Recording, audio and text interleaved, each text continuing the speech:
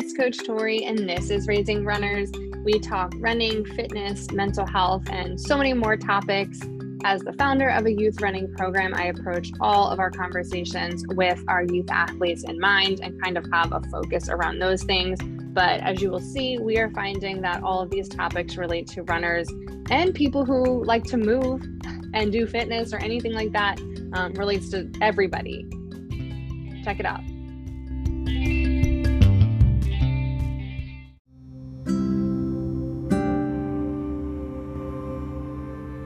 Coach Tori here, and we are talking about optimizing your running when running can't be your entire life. I'm sure a lot of you picture, like me, a dream world where you wake up after 9 hours and 10 minutes of sleep. The sun is up, the birds are chirping, the weather is no humidity, it's 47 degrees. You get to have your coffee, your pancakes, you get to go out on your nice long run. You come home, shower, stretch, foam roll, nap, go to your chiropractor, go do a strength session. I mean, right? Like we can picture what if running was all we did. You can picture what your days would look like. You also can probably imagine how unstoppable you can be as a runner, because I know I also have those visions of like, if I eat, breathed, slept, running, and that was all it was, like I could be amazing.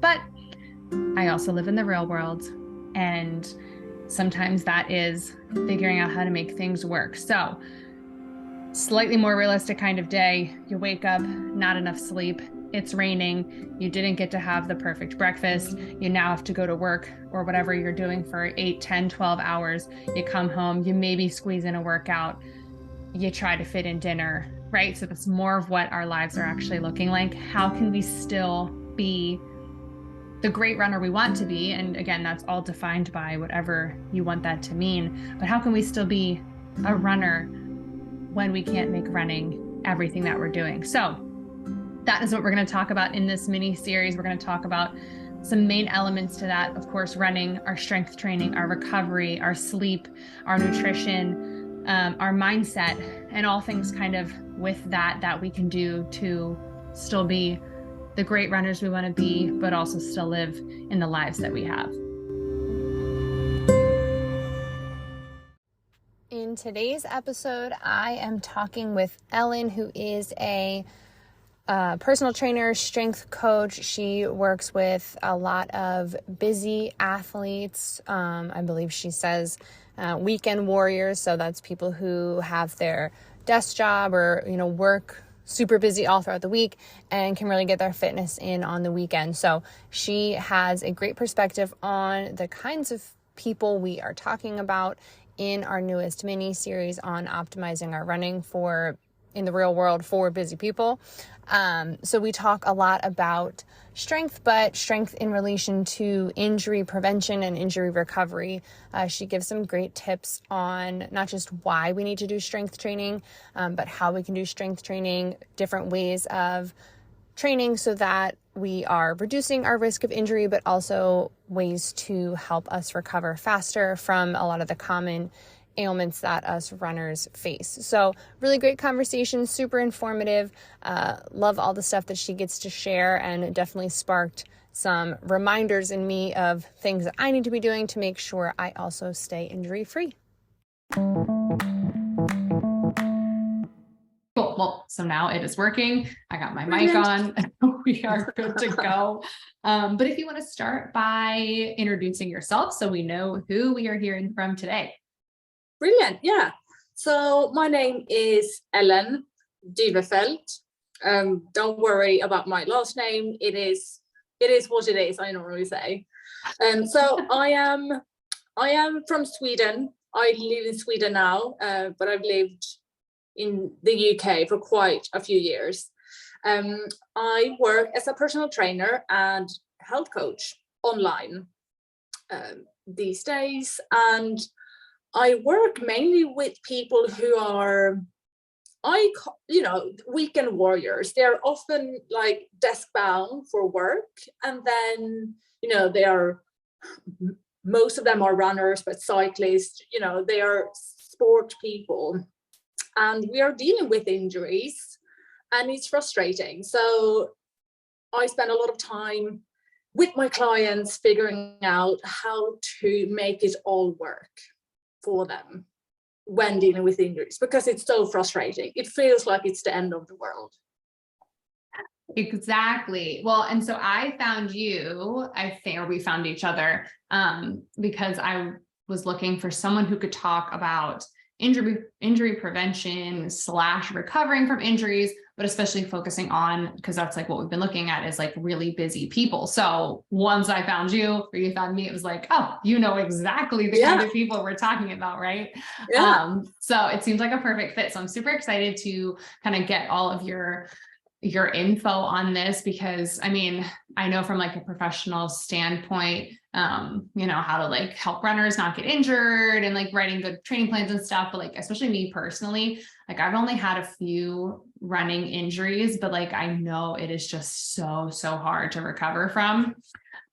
So I guess let's get started with our topics that we had discussed. Because I can't wait. I'm so excited. I can talk forever about it. Good. Because you're going to have to, because I won't have much to put in here. Sure. Okay. So talking about recovery as like the best injury prevention strategy. Can you just talk, well, obviously, like maybe explain that to people who, because I know there's still some of us who get really stuck on the like no days off, can't take breaks, can't recover. So if you could just talk actually to start with like why we need to recover, and then like what that looks like, how that affects our performance, but then injuries. And I know that was like a 5-part question or whatever, but I feel like you can at least get started on the recovery part. Yeah, absolutely. And I will do my best to sort of not run away with this question, because it's easy to. Yeah, so really when we are exercising or doing any form of physical activity, actually, well, let's narrow it down to sports and physical activity. The body basically recovers when it gets time off, right? We put load through the body to make it stronger. But because it is a stressor, running or strength training, any form of physical activity, it can or is a stressor, and we need to recover to let it build back up again.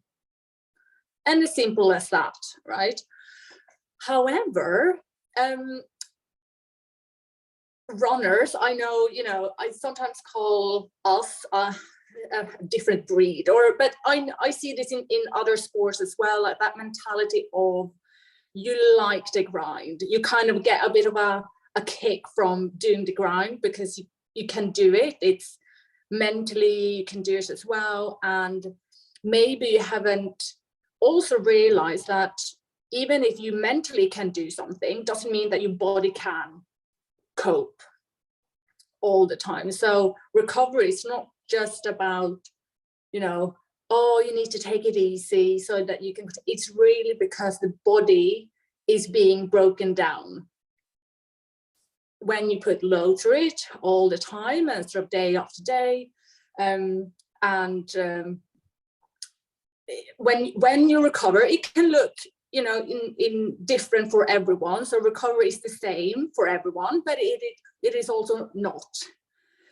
It depends on various reasons, but if you don't recover, you will most likely burn out, you will get injured, and in worst case scenario, you won't be able to run ever again. Right. That's the worst case scenario, right? In the best case, if you're recovering right, you can, carry on and building a strong body. You never really have any, major setbacks, niggles here and there, a couple of weeks off and so on here and there, but you're bouncing back pretty quick. And that is really what we're looking for, because we can't guarantee injury, like not having injuries, just because we're recovering and doing everything right. Right. I hope I made that simple. I'm not sure. No, I think you did. So now I know like one element of recovery is like just the recovery that we need from like each day, right? Like we as people need that, whatever, 6 to 8 hours of sleep. And that's like definitely part of recovery. And if we're not getting that, I know that can be a whole bunch of, other issues. And we'll have a sleep episode in a couple of weeks. But in addition to that, like, do you have a specific like amount of days, or is it like after certain kinds of workouts that you recommend people take like a rest day? Because I know like running streaks are super popular too, where people are like, I'm on day 377 of running at least a mile a day. And I know some people really thrive with that, but you're not having any days to recover then, right? Yeah. And like I would say, well, I wouldn't really recommend running a mile a day normally, even though, it is a short distance for some people, but for some it's not. So there is nuances here that, you need to take into consideration when doing something like that. Then, that striving is probably because, when someone realizes, oh my God, I feel great from getting out, being physically active every day, you get that sense of achievement. So I get why people, get a kick from it. But also at the same time, it puts that potential pressure on you or you can't feel the reward if you don't run. And that becomes a nuance where you potentially want to pay attention to like how you are dealing with it, or, just having a look at that thought. But then also, if you are a runner, running a mile a day, it's hard. What is the time frame there? Is it a year? Is it 2 years? Things like that, but that won't necessarily get you better, right? There's no structure in running, and that's where it becomes, for performance, if you want to improve running, that is not going to cut it. Maybe initially, when you're just starting out, but it is not stimulating enough for your muscles and your energy systems and so on. So that's why I wouldn't necessarily recommend it. And again, if we take someone who's just starting out, maybe they haven't been running or they haven't ran for 10 years or never, starting off with a mile might be too much, and then to do it every day, not such a great thing to do. But there is ways you can manipulate that, so you make it work. But yeah, right. So that's a running streak. And what was the question again? I think I got too excited about that. So I was just thinking, I was like, I don't even know what I asked you, but I do remember talking about running streaks. Yeah. But I didn't know what I was going to ask you. So hopefully you answered the question. I'm sure either way there was enough info in it. But because you were talking about how like doing the mile a day or whatever is not going to be the right stimulus and everything for your muscles to improve, I feel like that leads right into the next thing we were going to talk about like strength training, how strength work is so important, not only for injury prevention, but also injury recovery, because what we're doing when we're just repeatedly running is not enough. Can you talk a little bit about that? Yeah. So here is probably where I was spending quite a bit of time explaining stuff.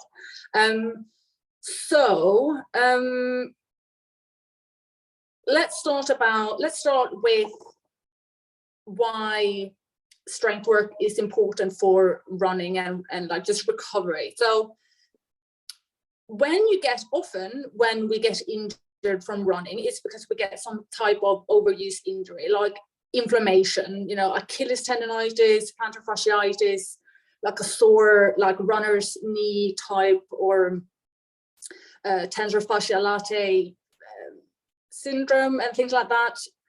They are inflammations or tendonitis, and to heal like inflammations, it is best healed with movement or recovered with movement. Now, initially, if it's really bad and really flared up, maybe you take a rest week, just, don't do anything, just let it settle. But then you want to start moving that area to create blood flow and bring nutrients into that area to boost or to generate like that healing process. So that's where you start, like circling your foot, maybe, just point flex the foot. Maybe that's the initial prescription of movement or exercises is really what they are. And then it's when you do have an inflammation, often if it is, an injury or an inflammation that you've had for quite a while, since runners can tend to run on injuries, right? It's like, oh, it's not too bad, I can still do it.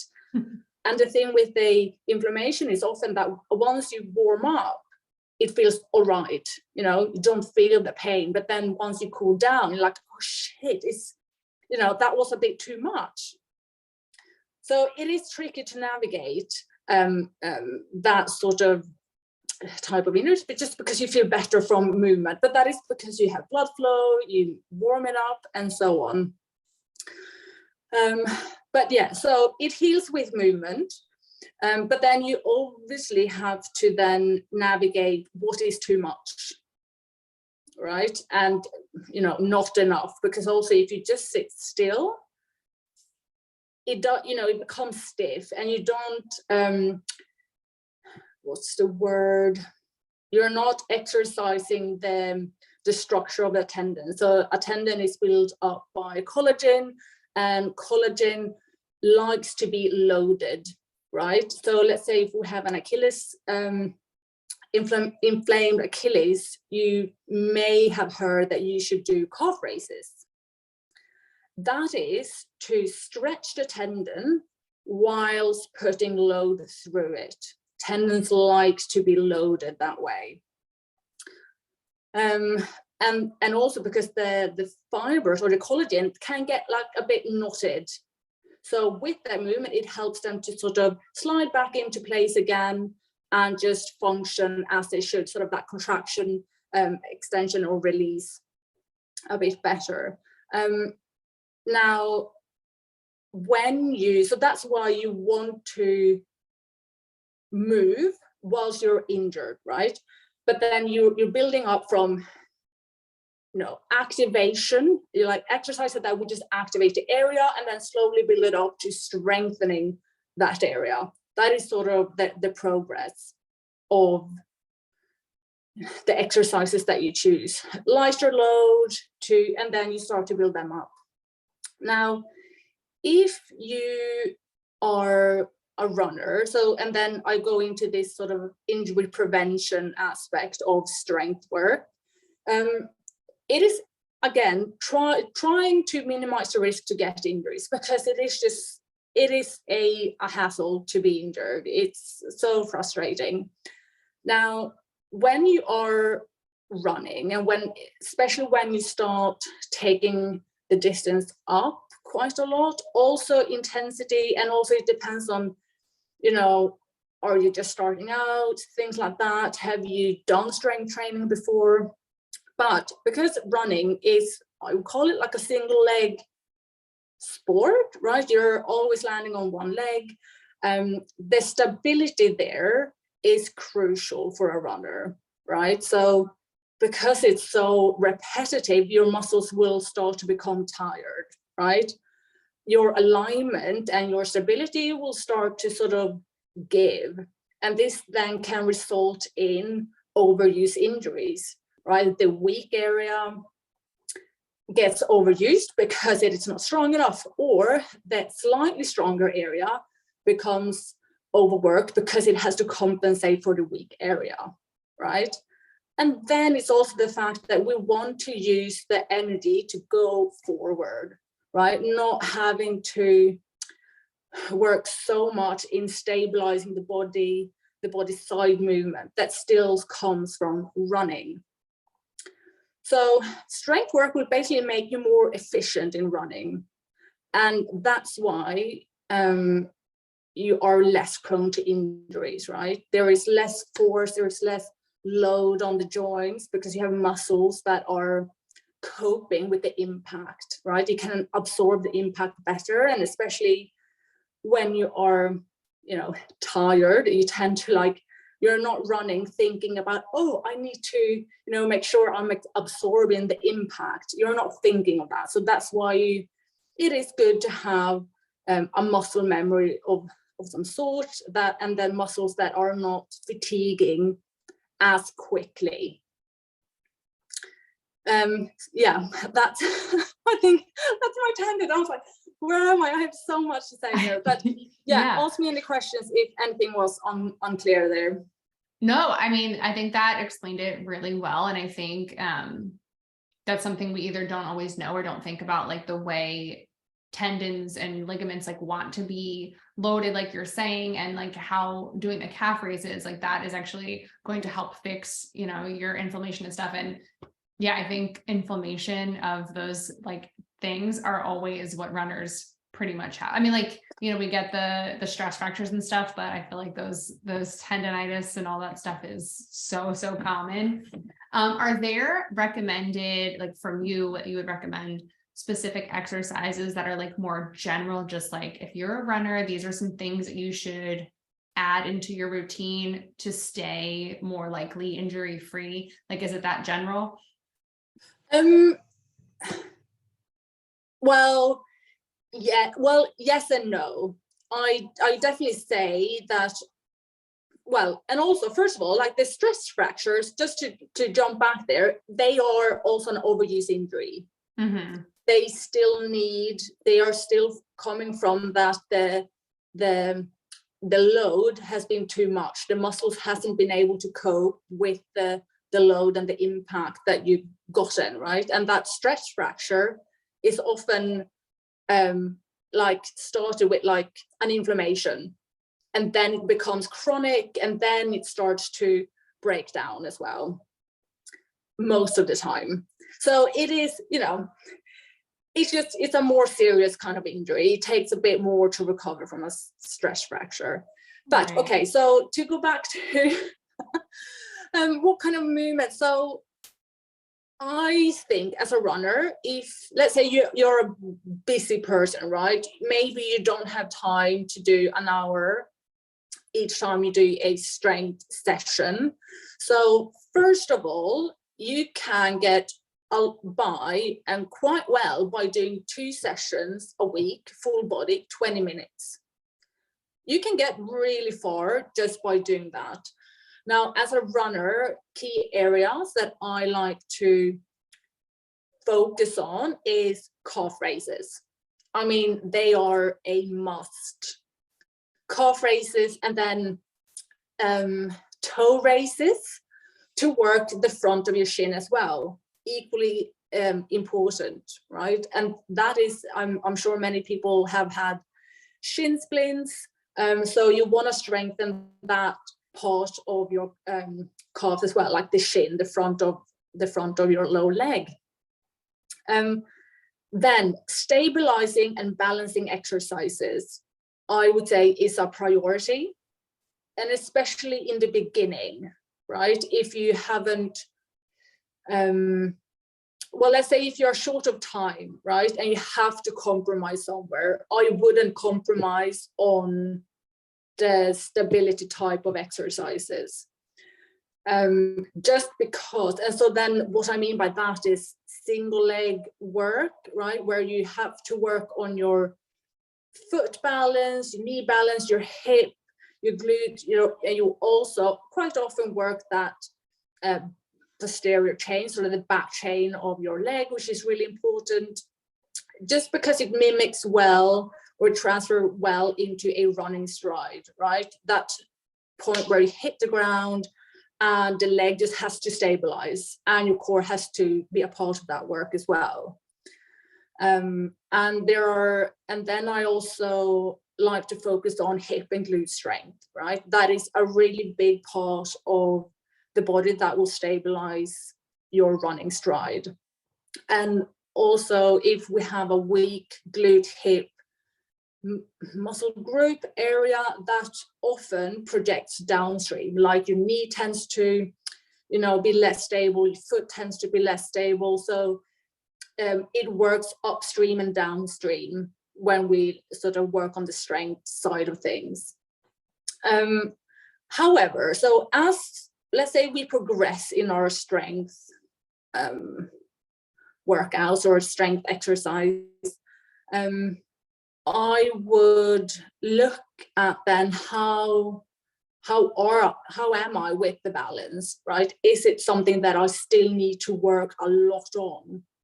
Then maybe you can take out a couple of stabilizing, balancing exercises and throw in something more purely strength focused, where you're not focusing on balance, but you're just focusing on building that strength, right? And this is because that will, again, you want to be elastic, you want to be quick off the ground, for example, and strength, more specific strength exercises will help with that as well. But yes, calf raises a must, toe raises, single leg work. So especially a favorite of mine is a single leg Romanian deadlift. Long name, but it's a deadlift on a sort of straight leg, and you're doing the whole exercise on one leg. Golden, really, it is golden. And like any type of I would say hip raise, preferably single leg, but if that is, you know, that's quite an advanced exercise, so for many that might be a bit of a challenge, so you can do modifications of it and then build up to it, because again, it works that glute hip area and core stability, which is so important when you run, just to, you know, again, not waste energy, you know, with a body moving from side to side, but it projects forward, you keep the momentum forward. So yeah, golden, those type of exercises. I was just thinking, I don't think I ever do calf raises, so I'm going to have to start adding that in. For sure. You have to. I know, and also like I find them so boring as well, but really, I mean, they are, it is a must, really. Yeah. Because, and then also I might add that the other thing is that and also because I used to be a dancer. I studied contemporary dance, and I always thought, I'm really strong, for God's sake, I'm a dancer, I'm on my toes all day long. Same with runners, you might think, but surely I should get like a good strength from, you know, like core strength when I'm running. Like, what are you on about? It has to do with energy systems, and when running, it is high, you know, it's a high repetitive motion or movement, and it works muscle endurance, not muscle strength. To build that strength, you need more load. You need like a higher weight and do less reps to build strength. That's the sort of simple answer. Yeah. So no. Yeah, so that's why you want to work maybe in, you know, 8, well, really for calf raise, 8 to 15 reps in range. That will depend a bit on if you have maybe an ongoing inflamed Achilles or not. And there's different ways you can put load through it, but that's why you need strength work. Running and such, it just won't get you strong enough, whatever you might think. Yeah. Yes, no, I know. And I feel like as runners, that's always so hard to hear, because I think it's like not something we like ever doing. But before I get into that, because I think we're going to talk about that too. Oh my gosh, what was my question? I just had one and it just flew right out of my brain. I was like, I have to ask. And now it is totally gone. Yeah. Well, I can add something then. Okay. So basically, I know that when we are runners or endurance athletes in general, we are so kind of focused on, I need to get the miles in, I need to get the time in, and so on. And you know, thinking that, oh gosh, do I need to fit in something else on top of everything already? Like, how is that going to work? You know, you're exhausted already, you know, maybe your schedule is full and so on. And I would then suggest to take out some running time and do the strength.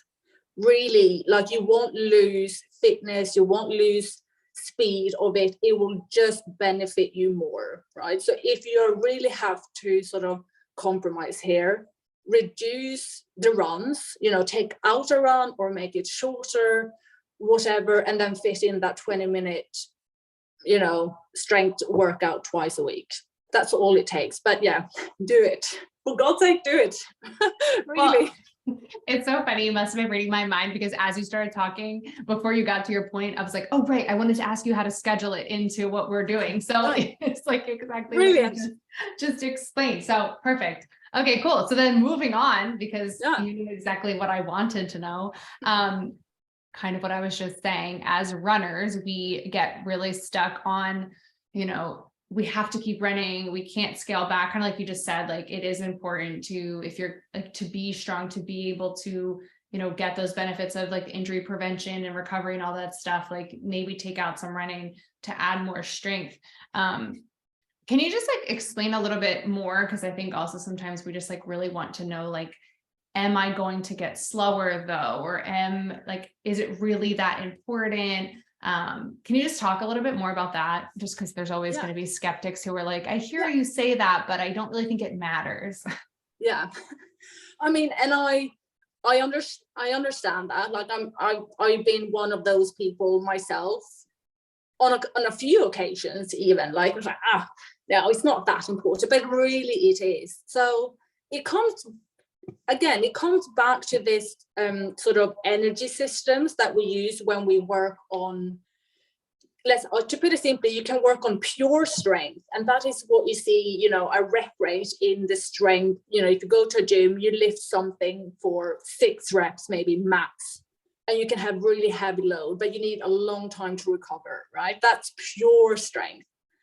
Then you can work on strength and endurance. And this is sort of the area where most people will spend their time in. So I would say from 8 to 12 reps. And then you have your muscle endurance. So 12 reps to plus. But in a gym setting, you're not going to do 30 reps of an exercise for one set. That's a waste of time. You won't really get much out of it. But so when you build strength, so first of all, again, let's say you work on your hip and your glute area, that stabilizes your whole leg, right? And with some core thrown in there as well. I won't talk too much about specific exercises because it's just hard to maybe imagine them here, but really a single leg exercise where you have to work on your balance uses the core as well, right? When you are running, so when you get that impact in a running stride, you have to stabilize your body, right? Or it does it for you, no matter what you think you're doing, right? So when you have let's say a weaker glute area, that area will have, the brain will sort of think, you have to work really hard here, right? To stabilize the body. It has to work, just a bit more. And then, for example, your calf then has to work even harder again to to propel you forward with an unstable body, as an example, right? However, and then if we compare it to, if you have a strong glute and hip area where you are stable, or as stable as you can get, really, that maybe calf muscle can just, come lighter off the ground, for an example, right? It's just that the muscles won't get tired as quick. But then it's also because you are more stable, there is less, you will be quicker off the ground, right? So a prolonged, a heavy stride, a long ground contact time, your muscles just have to work so hard to propel you forward, right? And the muscle becomes tired, and then you start to sag, maybe collapse more into the joint, it wears more on the joint, and eventually you will get an inflammation of some sort, right? Sometimes, worse injuries like stress fractures and torn ligaments and things like that, but that's more rare. Most of the time it is, inflammation stuff, right? But it has to do with that you are more efficient as a runner when you are stronger. So when you're more efficient, you are most likely faster as well, or it is easier to run at a certain pace, right? Because you're coming off the ground quicker, you are propelling forward more efficient than having to stabilize all that side movement from the body. Your muscles are less tired, they don't fatigue as quick. So that is why strength work is crucial, and I hope that answered the question. Yes, no, it definitely did. And I feel like I haven't heard someone explain it as well as you have, because like I understand the whole, your muscles are stronger, they can run faster, they can run longer, but even just talking about like the effort of having to stabilize your body because it's not strong enough, like, I never really thought about it that way too, of like, that is fatiguing you, that is going to make it harder to keep going. So no, that was super helpful. Right.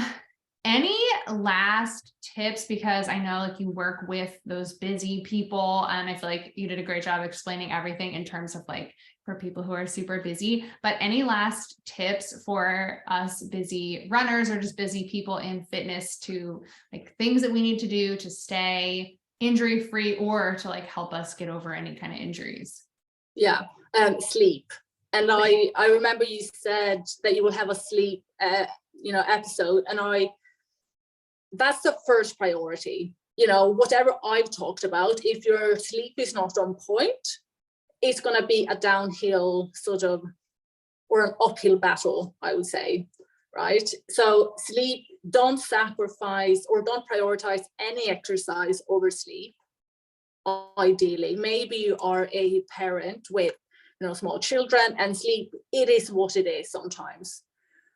But I think it is really good to know what you're dealing with, so then to be so strict with yourself or think that you are doing really well because you're so disciplined to get all the running in, but really the discipline is lacking in recovery and doing the things that you really need to focus on. So I tend to refer to athletes here because a lot of us hobby athletes or weekend warriors strive to work as athletes, right? Unconsciously or conscious, but they are masters in recovery. They don't compromise on sleep if they can, and it is a full-time job for them. So we need to be more disciplined and taking recovery serious. I have a saying, I wrote it to my email list, that recovering hard is a thing. I mean, really. And I think people are scared to try it out because what if I lose my pace? What if I lose my fitness? Because you work so hard for it. But yeah, so that's the thing. That's my last, don't, sacrifice sleep over exercise. Yeah. I love that. And I love the recovery hard, because we live in like the hustle culture, right? Like no one's commending you for getting your 8 hours of sleep. No one's going to give you like a awesome job on social media because like you chose to sleep in instead of getting your workout done or whatever, you know what I mean? So it's like, I know that's cliche because I'm sure people say that all the time now, but it's like, we haven't gotten to a point where, even though we recognize like, right, the athletes who do this for a living, they are prioritizing sleep. So we know it, but the rest of us were just like, nope, I have to be the 4 a.m. crew. Like I need to be up. I need to get like 18 things done before I go to my 10-hour day at work. Right. So no, I love that you mentioned that, because I think we all forget that. And I also appreciate that you mentioned parents, because as much as I would like to prioritize sleep, we can't always, right? So I get that there are reasons sometimes. Yeah. No, and I mean, and I get it. And I think I saw it somewhere where our parents were like, are you kidding me? I want to exercise. So, and I'm not going to do it just because I have a couple of years where I'm not getting 8 hours of sleep in. So I understand that. And I think, but the important thing here is to realize what you're dealing with here, that you have to be mindful that you are not getting the best recovery that you can have, which is sleep, right? So then be mindful of what type of physical activity you're putting through the body. You just have to be a bit more in tune with how hard you're pressing your body and like what do you want it to do and so on. Yeah, no, I think that's super awesome. And I think it's a great place for us to end, even though I feel like we could definitely keep talking more and more, but you answered all the questions very precisely, but simply, and making sure I stayed on topic of like, we are talking about busy people, because I feel like I completely forgot that as I'm asking you questions today. But where can people find you? And then I will obviously put the links in the notes, but just so people know. Yeah. I think the easiest way to find me is my website. So it's called trainwithellen.com. So if you Google it, I'm pretty sure it will come up. Or on LinkedIn, Instagram. So train.withellen. So that's where, I think it's the easiest to find me, but definitely website, Train with Ellen, you will find it, I'm pretty sure. Awesome. Thank you so much. I really appreciate you taking the time and then sharing all of your info with us. Thank you. Thank you for having me.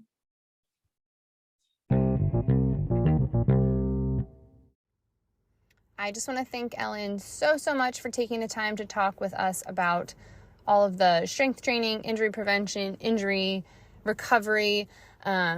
All of that was so great, definitely helpful. I think also really related to what we've been talking about and really the audience that obviously we are talking about with those busy people. But I mean, nobody wants to get hurt. Nobody wants to have to rehab an injury. I think everybody wants to be able to stay injury-free as easy as possible. So also really relevant to pretty much everyone, runners or not. So again, just thank you for all of that. And then also love that she mentioned sleep, because we will be talking about sleep in, I think, the next month. I believe it's within the next month. We have a sleep expert that we're going to get to chat with about all things sleep and rest. So that was really cool as well. All her links are in the notes, so you can find her for any training type questions, inquiries, things like that. So yeah, and other news also for the local people in the next couple of weeks. March 11th, we are doing our rock climbing to raise money for the National Alliance on Mental Illness. So anybody who is around the Chester County area, we will be doing that at the Rock Climbing Gym, Malvern location. Philadelphia Rock Gym, Malvern location. Wow, I should probably get my facts straight. So that is from 12 to 2 on March 11th. The sign-up link will be in the notes for anybody, again, local who wants to do that. Me, my whole family, pretty much will all be there climbing, so it should be super fun. We do have t-shirts as well. And then anybody local or not local, we still are doing our running event, our 1 hour run challenge in May 20th. You can participate in person or you can participate remotely as well. And again, you will get a t-shirt and a couple other, like we are doing some raffles and things like that too. The sign up is also in there. And again, it's the event we've been talking about, but it has pivoted slightly just due to a couple changes with the nonprofit and organizational things of that nature. But we are still doing it. We are still raising money for a mental health resources. So definitely check those things out.